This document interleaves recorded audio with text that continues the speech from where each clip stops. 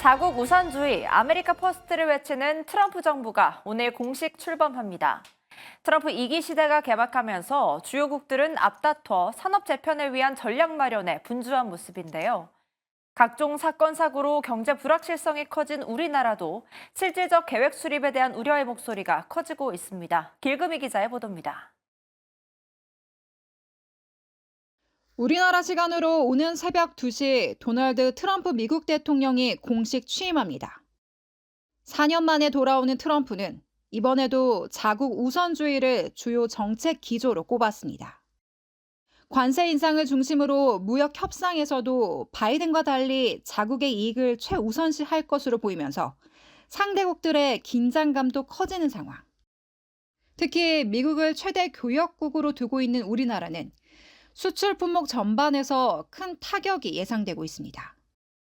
대표적인 품목으로는 반도체와 자동차, 철강, 바이오 분야입니다.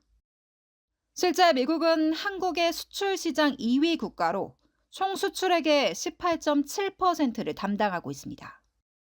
자동차가 수출액 1위를 차지했고 반도체와 철강이 뒤를 이었습니다.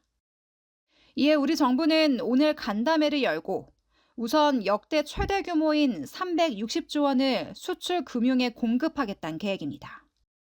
환 리스크 대응과 수출 다변화 지원을 위해 환 변동보험 지원 규모를 늘리는 한편 무역 사절단 파견 등 수출 지원 사업도 확대한다는 방침입니다.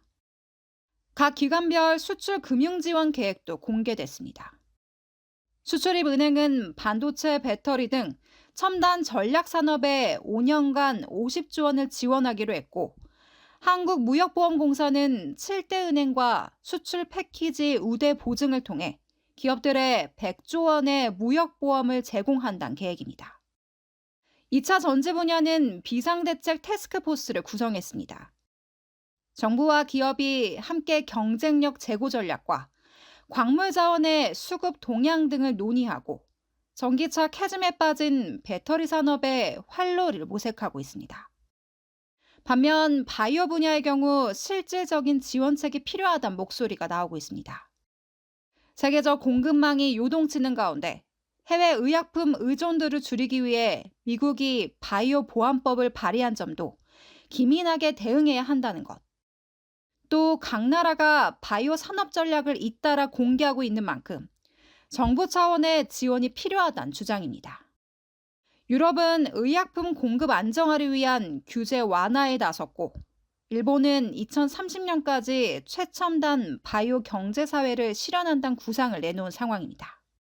의약품이 탄생하기까지의 어떤 전주기 과정을 이렇게 둘러봤을 때 초기 단계는 지금 투자가 비교적 활발히 진행이 되고 있기 때문에 초기 단계보다는 후기 임상 쪽에 정부 지원이 조금 집중적으로 이렇게 투자가 이루어지는 게 좀 바람직하다.